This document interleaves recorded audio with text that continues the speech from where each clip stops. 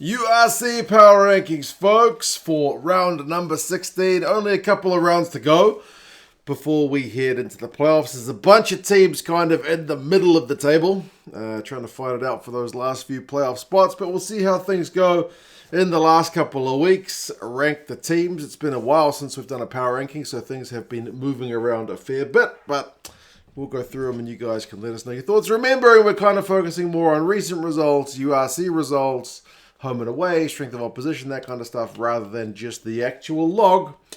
But same as the actual log as Zebre, they finish here on 16th. They're on the log, they're 16th. They played Edinburgh in their most recent fixture. They got pretty well beaten, 40 points to 14. They scored a nice try through the fullback Priscantelli, but yeah, not a heck of a lot going right. But that being said, it is still better than last season.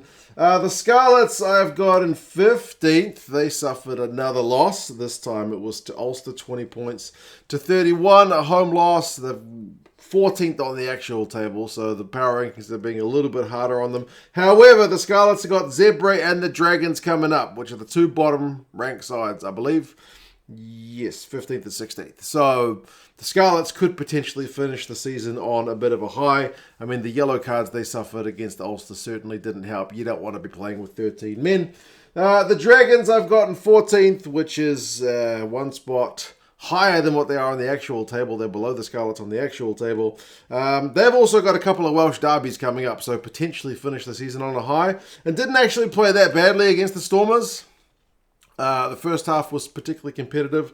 They needed to put some more points on, but the Stormers are that kind of team that when they finally click the switch and get things going, they can really punish you, and that's kind of what happened to the Dragons. So, yeah, got them there in 14th. And then Cardiff, another one of the Welsh teams, sadly, they're in 13th. They suffered a loss. They've got a late season tour to South Africa on, so they went and played the Lions, got beaten 34-13. Tough way to end the season, I guess, is that tour to South Africa. A lot of teams have been going down there from the north and losing. Some have picked up wins, but, I mean, credit to them, Cardiff. The good thing about them is they're always exciting to watch. Like, they never really gave up that game. They got probably conceded more points at the end because they kept trying to chuck it around. So, at least kind of credit to them for that. The next row, we've got the Sharks. The Sharks are in 12th on the power rankings. They're on 12th on the actual table. And there's a big chasm between them and the teams above them. I think the Sharks are on like 25 points and the next teams are in like the 40s. So, yeah, the Sharks are not in the playoff race at all. Their start to the season was pretty horrendous. They've actually had a few wins in kind of more recent weeks, but they lost to Benetton at home. They probably were not helped by that end of the game kind of red card, which meant Benetton had a man up on them the last few minutes, which they managed to score from and then kick the conversion from. So, yeah, it's been a bit of a forgettable one from the Sharks, to be honest, this year. But at least Werner Koch scored a couple of tries. He's certainly a powerful guy to have out on the wing. The top rank of the Welsh sides, I got the Ospreys in 11th, which is the same spot as they are on the log, actually. They travelled to Leinster, and Leinster were back to fielding their full-strength team in the URC, more or less, which was bad news for the Ospreys because they got beaten 61-14. At one point, it was 14-all in this game, believe it or not, when the Ospreys got a penalty try, but then it was all Leinster. The Ospreys do have the Dragons and Cardiff to come, so one would think from their point of view that they'll be trying to get maximum points out of those two games. Connacht I've got in 10th, which is one spot more harsh than the actual table, in which they are in 9th. They got hammered by Munster 47-12 on the cusp of the kind of playoff spots. I mean, the Jack Carty pass to Ralston for his first try was a real screamer, but yeah, they really shipped some points in that one to Connacht. So, yeah, tough one to take. Munster's been in especially good form. And then the Lions are there in 9th, the second of the South African teams to head to the board. They are in 10th on the actual table. They've got Glasgow and the Stormers coming up, which is not kind of an easy way to finish the season when they're also chasing the playoffs. They beat Cardiff 34-13. They got a decent lead. They were pushed a little bit by Cardiff as they kind of threatened to come back, but they still got the all-important bonus point. But, yeah, like I said, two tough opponents to come to town in their last 2 games. Next row sees the second of the Italian sides with Benetton. They are there in 8th, which is their actual log position as well. 1 point win over the Sharks with that kind of clutch conversion at the death. Pretty pleasing. They've won 3, I think, of their last 4. So finding a bit of form when the timer is right, kind of come that crucial end of the season when you need to pick up maximum points. If you haven't kind of done the work in the preceding part of the season, you need to kind of scramble, and they're still in that race. Ulster, who've had a tumultuous season, to put it mildly, they're in 7th. They got a win over the Scarlets. They are on 3 wins in a row, so maybe things coming a little bit right from the boys from Belfast. We'll kind of have to wait and see. They have beaten the Scarlets, Benetton, and Cardiff. So, yeah, it's not like they've been hitting top of the table teams, but still, 3 wins is 3 wins, and they got the bonus point which they needed against the Scarlets, and certainly there's nothing like winning to kind of build some form.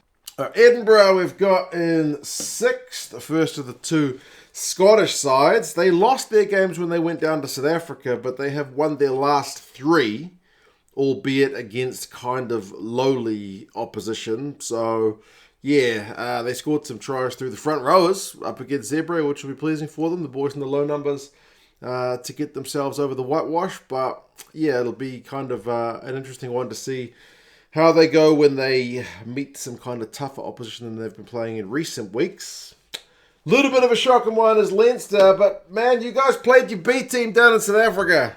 You lost a couple of games. I know they bounced back in terms of URC with their win over the Ospreys, and it was massive. And if obviously Leinster hadn't been in the Champions Cup where their focus has been, in all likelihood they're still first. They're not first on the actual table, they are second, but the teams I've got above them in the power rankings have better URC form, which is kind of what we're looking at. So we're not looking at which players were in the rosters, but you guys and I know we kind of need to take that into account when looking at Leinster, but this is just the way the team results have panned out.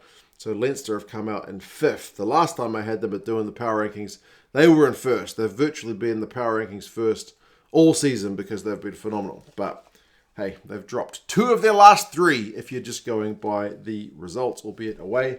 The Bulls are there in 4th, so the second top of the South African teams. I almost forgot about the Stormers.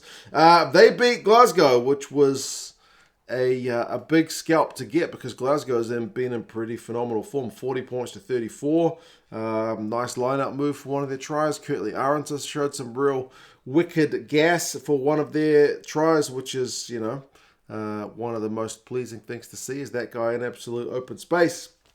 They did lose recent games to Leinster and Munster, but they've won their last 2. So they've, Munster, I think it was at home, Leinster was away. So a couple of the kind of sides that'll be challenging there come the finals times.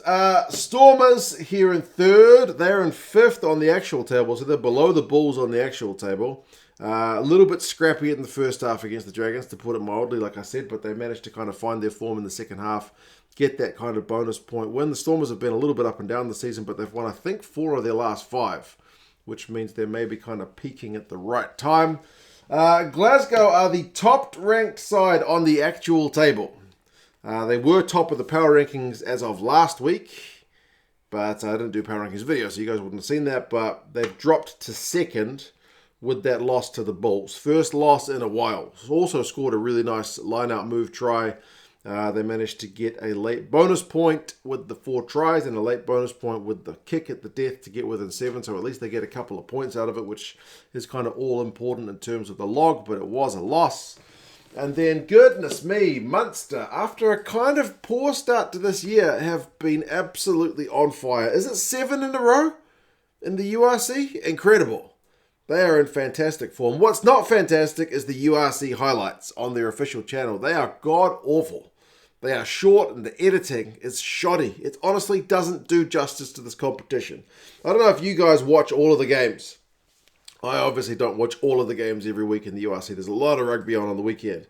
So I like to catch up on the highlights, but the URC highlights continue to disappoint. They are god-awful. The Super Rugby highlights, like if you're comparing the comps, there might be a lot of areas that URC is doing well, but the highlights is no contest. The Super Rugby highlights are far superior. I'm not sure why they are so bad, but they are genuinely really bad. I watched the Munster highlights on the URC. They even missed the Thomas Ahern try, which was pretty shocking. I switched on the VPN. If you need one, I use Express down in the description for rugby stuff because it's geo-blocked. There's the Premier Sports channel, has a higher length, longer length highlights package for the URC. It's pretty decent for geo-blocking stuff. That one had the Ahern try, so yeah, good thing for VPNs. Down in the description if you need one. But man, Munster, 7-game run, including a trip to South Africa. Bonus point win, great crowd. They are absolutely flying. To beat Connacht 47-12, that's a heck of a run. They are in third on the actual table, but in terms of recent form, I reckon they are hard to top. So there you go, folks. Those are your URC power rankings for round 16. A couple of rounds to go. What do you guys reckon about the URC highlights? As I said, I feel like they could be improved. The ones on Premier Sports are a bit better. What do you reckon about the power rankings? How would you rank them as we sit here 2 rounds to go? If you need a VPN, down in the description. That's an affiliate link from the channel. Been using them for years to get around geo-blocked content. You guys take care, and I'll talk to you guys again soon. See you later.